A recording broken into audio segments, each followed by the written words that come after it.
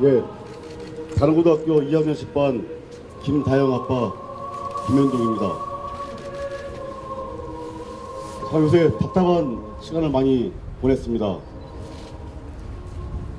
어느새 우리 사회가 생명보다는 돈이 더 중요하고 가치 있는 것이라고 조도된 것이 일반화되어 있는 것 같습니다. 특히나 정부나 정치권에서도 그러한 논리를 좀 피고 있습니다. 작년 4월 16일 세월호 참사를 통해서 304명의 귀중한 생명이 희생이 됐고, 그 중에 9명의 실종자가 아직도 돌아오지 않는 가운데에서 정부는 돈을 잃히려고 있습니다. 자식을 잃고 거리를 헤매면서 진실을 규명해달라고 요구하는 부모들한테 돌아오는 답은 돈이었습니다. 돈으로 진실 규명해달라는 부모들의 절박한 하소연과 호소를 돈을 통해서 능멸하고 있는 것입니다. 그동안에 대형 참사들이 계속적으로 반복하고 있지만 참사를 막기 위한, 재발 방지를 위한, 안전한 나라를 위한 노력은 전혀 하고 있지 않는 것 같습니다. 언론도 마찬가지입니다. 참사 직후에 많은 보도를 했습니다. 참사의 직접적인 원인, 간접적인 원인, 여러 가지 문제점에 대해서 많은 기사를 쏟아냈습니다. 참사가 1년이 다가오는 지금 이제는 언론도 잠잠합니다. 언제 그런 걸 했냐듯이 나몰라랍니다. 이런 것이 계속 반복되었기 때문에 참사는 지금도 계속 이어지고 있다고 생각합니다. 70년 남영호 침몰 사고, 93년도 서해 배류, 그리고 94년도 성수대교 붕괴, 95년도 삼풍백화점 붕괴, 99년도 시랜드 참사, 그리고 2013년도 태안 해병대 캠프 참사, 그리고 세월호 바로 전에 경주 마우나 리조트 참사, 그리고 세월호, 수많은 참사들이 계속 반복되고 있지만 이런 모든 것들이 다 그런 식으로 무마하거나 대충 떼워서 넘어갔다고 생각합니다. 그런 속에서 우리 사회는 엄청 큰 위험사회가 되어버렸고, 그야말로 모든 국민들이 안전하게 살 수 있는 그런 사회는 전혀 아닌 것 같습니다.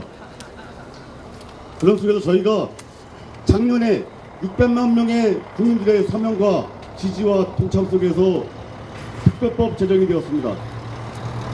그렇지만 지금 저희는 진상조사가 바로 되어서 미비하지만 반쪽짜리 특별법이지만 그래도 조사권 가지고 나름대로 진실규명을 하기 위해서 열심히 노력을 했고 또 준비를 했었습니다. 그런데 돌아온 답은 정부 주도하에서 진상조사를 하겠다는 답이었습니다. 저희가 작년에 특별법 제정할 때 크게 세 가지 원칙을 내세워서 요구를 한 바 있습니다. 첫째는 성역 없는 진상조사를 해야 된다. 둘째는 독립적이고 전문적인 기구를 만들어야 된다. 셋째는 충분한 기간과 예산으로 해야 한다. 세 가지 원칙을 세웠습니다. 그런데 이 세 가지 원칙을 다 무시하는, 그야말로 600만 명의 국민들의 의지와 우리 유가족들의 요구들을 전면으로 무시하는 시행령안을, 그것도 해수부의 일방적인 안에 의해서 발표가 되었습니다. 성역 없는 수사는 정부의 조사 결과만 분석하는 걸로, 독립적이고 전문적인 기구는 해수부를 비롯한 국민안전처의 공무원들로 중심이 돼서 그들이 기획하고 조정하고 통제하는 가운데에서 진상조사위원회 17명의 위원들은 꼭두각시가 될 수밖에 없는 관주도의 진상조사를 하겠다고 합니다. 또한 진상조사위원회에서 120명의 조사원을 구성하고 충분한 예산을 가지고 하기로 결의해서 안을 올렸지만 정부에서는 그것도 많다고 합니다. 90명과 예산을 대폭 줄여서 하겠답니다. 이 세 가지 경우를 볼 때 정부는 적어도 청와대와 새누리당은 이 세월호 참사의 진정한 의미를 제대로 깨우치지 못하고 있는 것 같습니다. 또한 이 세월호 참사 같은 아픔이 다시는 일어나지 말아야 되겠다는 저희 유가족들의 요구와 우리 국민들의 요구들을 정면으로 무시하는 그러한 정책을 지금 하고 있는 것입니다.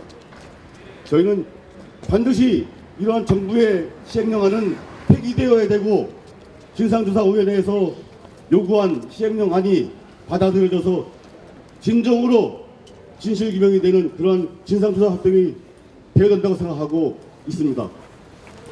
그래서 저희는 작금에 현 정부의 진실을 은폐하고 진실조사 활동을 막고자 하는 의도와 돈으로 부모들을 능멸한 이런 것들에 대해서 항의하기 위해서 4월 4일부터 5일까지 안산에서부터 광화문까지 1박 2일 동안 삭발하면서 도보 행진을 하였습니다. 300여 명의 많은 우리 가족들이 참여했고 그 뒤를 따라서 많은 우리 국민들이 함께 하여 주셨습니다. 반드시 정부의 시행령안은 폐기되어야 됩니다. 또한 9명의 실종자가 남아있고 그 안에 온전히 진실이 남아있을 세월호는 온전하게 인양이 되어야 합니다. 또한 이러한 진실규명 활동과 선체 인양, 실종자 9명의 전원 수습을 통해서 진정으로 우리 사회가 생명이 귀중하고 다시는 이러한 참사가 발생하지 않는 안전한 나라를 위해서 우리 모두가 노력해야 될 것입니다. 또한 언론사 여러분들도 그러한 국민들의 뜻을 따라서 저희 유가족과 함께 이러한 진실규명과 안전한 나라를 위해서 다 같이 노력해야 될 것이고 이후에 재발 방지를 위해서 언론사 여러분들도 많은 노력을 해주셔야 될 거라고 생각이 됩니다. 또한 오늘 재판을 지금 진행하고 있습니다. 304명의 희생자들이 있는데 죽음이 있는데 살인한 사람은 아무도 없습니다. 세상에 304명이 죽고 3일 동안 아무도 구조를 하지 않았고 거기에 국민의 생명과 재산을 보호해야 될 국가기관 어느 누구도 제 역할을 하지 못했습니다. 그런 참사의 재판이 304명의 희생된 그런 재판인데 살인죄는 없다고 합니다. 그러면은 그 304명의 그 생명들은 그럼 누가 죽였단 말입니까? 저희는 그걸 밝히기 위해서라도 반드시 진상조사 활동은 성역 없이 이루어져야 되고 현 정부의 시행령안은 폐기되어야 된다고 생각합니다. 많은 국민들의 지지와 동참을 호소드립니다.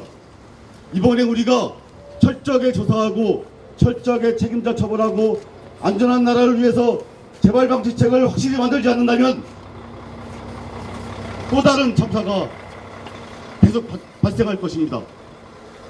저희는 이런 것을 원치 않기 때문에 또한 먼저 희생된 우리 아이들의 불쌍하기도 하고 그 아이들의 유지가 바로 안전한 나라를 원하는 것이라 생각해서 더 힘차게 싸울 것입니다. 여러분들의 지지를 부탁드리겠습니다. 감사합니다. 아빠 박종배입니다. 5,905분의 염원이 담겨있는 탄원서를 낭독하도록 하겠습니다. 존경하는 재판장님, 어느덧 세월호 참사 300일이 훌쩍 넘어 일주기를 바라보는 시점이 되었습니다. 재판장님께서는 그간 세월호 가족의 진상규명을 위한 피눈물 나는 노력을 잘 알고 계실 겁니다. 재판 중에 유가족들이 점점 유능해지고 결재력이 생겼다고까지 말씀하셨다지요. 이는 재판장님께서 유가족의 아픔을 마음 깊이 체휼하심이 반증이라고 생각됩니다. 또한 재판을 보다 공정하고 객관적으로 진행해 주신 점에 대해 깊은 감사를 전합니다. 그렇기에 국민들은 이번 항소심에서 세월호 참사의 특수성을 감안 국민의 법감정을 고려한 판결을 기대하고 있습니다. 미루어 짐작하시겠지만 대다수의 국민들은 선장 선원의 1심 선고 내용을 신문으로 접하고 탄식했습니다. 세월호 참사가 기본적인 사회의 통념이 철저히 무너진 사건이기에 관련자에 대해 보다 엄격한 법 적용과 처벌이 필요하고 이를 통해 세월호 참사와 같은 또 다른 참사의 재발을 방지하고 안전한 나라를 건설하는 데 조속이 될 것을 희망하고 있기 때문입니다. 세월호 참사의 참혹함과 중대성에 비추어 볼 때 이들의 형량은 과연 합당한 것인가요? 승객들은 탈출시켜야 했던 절박한 시기에 캔맥주를 마시며 담배를 피우고 본인들만 빠져나가기에 급급했던 선장과 선원들, 그 결과 해경추산 304명을 수장시킨 것에 대한 1차적인 책임을 법인 이름으로 제대로 묻고 있는가 하는 근본적 의문이 듭니다. 1차 판결문 일부를 보니 이준석 선장은 대리 선장이었고 2013년 10월 담석 수술로 인해 건강 상태가 좋지 않아 화물 과정 및 부실 고박의 업무를 관행을 바로잡기 어려웠으며 선원들에게 승객들에 대한 구호 조치를 제대로 할 수 없다. 그리고 1등 항해사 강원식은 선장 이준석의 지시가 없는 상태에서 다른 선원들에게 구조활동을 적극적으로 지시할 위치에 있지 않았다고 했습니다. 그렇다면 국민들은 묻고 싶습니다. 이 모든 구조적인 문제로 인해 선장 선원이 손 놓고 있는 상황이었다면 침몰하는 배에서 승객은 누구를 믿고 지시에 따랐어야 하는 것입니다. 선장 이준석의 경우 건강상의 이유로 구조에 대한 판단이 흐려질 정도라면 그동안의 항해는 어떻게 했을까요? 그리고 1등 항해사가 선장의 지시가 없는 상황에서 아무것도 할 수 없다면 순환구조 시 1등 항해사의 역할은 무엇인가요? 재판장님께서도 잘 아시겠지만 교사, 학생, 일반인들이 나서서 승객을 구조했습니다. 그런데 그동안 배를 탈 수도 없이 탔던 배의 관리자들은 왜 승객을 구조하지 않았는지 해경의 고무틀을 제일 먼저 탔을까요? 그리고 피고인들이 구조활동에 대한 적절한 교육을 받지 못했다 하더라도 선장 이준석의 경우 배를 40년 이상 탄 베테랑이며 이미 이준석은 침몰되는 배에서 구조된 적도 있습니다. 그럼에도 불구하고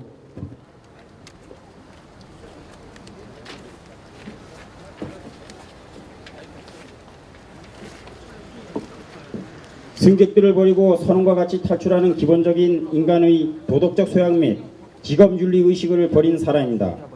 마찬가지로 선원들 역시 그 모든 것을 순식간에 버렸습니다. 게다가 더욱 중요한 것은 선장 이준석은 침몰하는 배의 상황에 대해 인지를 하고 있었습니다. 해경과의 교신을 보면 본선이 넘어가고 있다고 했습니다. 그러면 조타실에서 긴급 명령을 내려서 어떻게든 승객들을 탈출시켜야 했습니다. 재판부에서 인정한 대로 고 양대영 사무장에게 퇴선 명령을 내렸다고 한들 실제 이해했는지 아닌지도 모르는 상황에서 왜 조타실에서 긴급 퇴선 명령을 하지 못했을까요? 침몰하는 배에서 선장과 선원이 어떤 조치도 하지 않은 채 유유히 빠져나간 것만으로도 살인이 고의성이 인정되어야 합니다. 이런 비상식적인 행동을 하는 사람들에 대해 참사의 책임을 제한하고 건강상의 이유로 유리한 양형을 하는 것이 과연 맞는지 재판장님께 다시 한번 여쭈고 싶습니다. 존경하는 재판장님, 다 탈출할 수 있었던 소중한 304명의 생명이 온 국민이 보는 앞에서 수장당했습니다. 왜 구조받지 못하고 죽어야 했는지 밝혀질 때까지 유가족들에게 일상은 없습니다. 모든 참사의 원인이 밝혀지고 관련 책임자를 처벌할 때 현재 유가족이 겪고 있는 고통과 자책에서 조금 벗어날 수 있을 것입니다. 재판이 마무리됨에 따라 일부 국민들은 세월호 참사가 다 해결되었다고 생각하고 있는 것 같습니다. 유가족이 원하는 진실이 무엇인지 모르겠다. 법정에서 낱낱이 밝혀지고 있는데 어떤 진실을 위해서 싸우냐는 이야기들이 나돌고 있습니다. 특별법의 제정 과정도 힘겨웠지만 진실을 재구성하는 길도 시작부터 험난합니다. 진상조사 특위 설립에서부터 예산 문제로 갈등이 있었고 실종자 수습과 진실 규명을 위한 인양조차 돈의 논리로 접근하는 정부와 여당을 봅니다. 재판장님, 하지만 대다수의 국민들은 세월호 참사의 진실에 여전한 갈증을 느끼고 있습니다.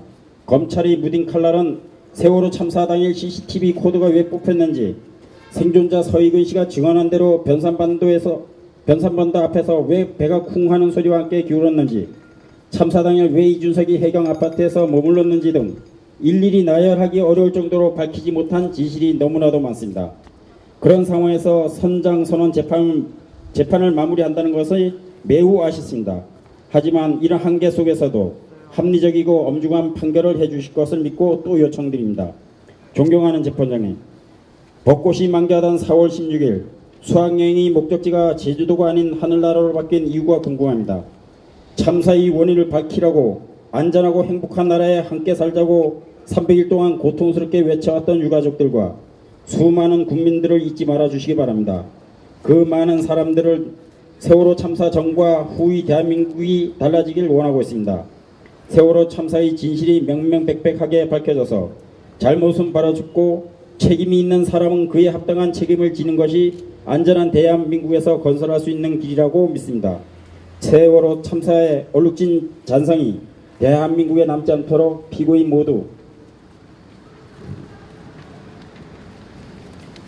모두에게 엄정한 처벌을 부탁드립니다. 제발 이 나라의 정의가 피해자의 눈물을 닦을 수 있도록 반복되는 인재에 더 이상 희생되는 국민이 없도록 현명한 판결을 부탁드립니다. 2015년 4월 7일 세월호 참사 선장 선원들이 엄정한 처벌을 요구하는 국민일동. 반갑습니다. 저는 한국투명성기구 광주연합본부의 상임대표를 맡고 있는 김범태입니다. 올해가 5.18 35주기입니다. 저는 당시에 시민협상 대표를 맡았던 사람으로서 아직도 여전히 우리가 요구했던 5.18 진상규명은 아직까지도 제대로 이루어진 게 없습니다. 세월호 참사 역시 마찬가지로 생각합니다. 어찌 보면 우리가 오늘 시민단체의 이름으로 엄정한 재판을 촉구하는 이유는 적어도 법 집행이 우리나라에서 엄정하게 진행됐다고 하면 이런 안전사고는 더 이상 없었을 것이라는 판단 때문에 그렇습니다. 그 총체적인 책임은 사실상 국가관리자입니다. 헌법은 분명히 이렇게 얘기하고 있습니다. 국민의 생명과 재산을 보호할 책무를 부여하고 있습니다. 대통령은 가장 먼저 하는 행위가 선서를 통해서 이런 국민의 생명과 재산을 보호할 것을 헌법을 통해서 책무를 부여받고 있고 그것을 의무로 다짐하고 있습니다. 그럼에도 불구하고 여전히 우리 사회는 아직 그 길과는 거리가 먼 것 같습니다.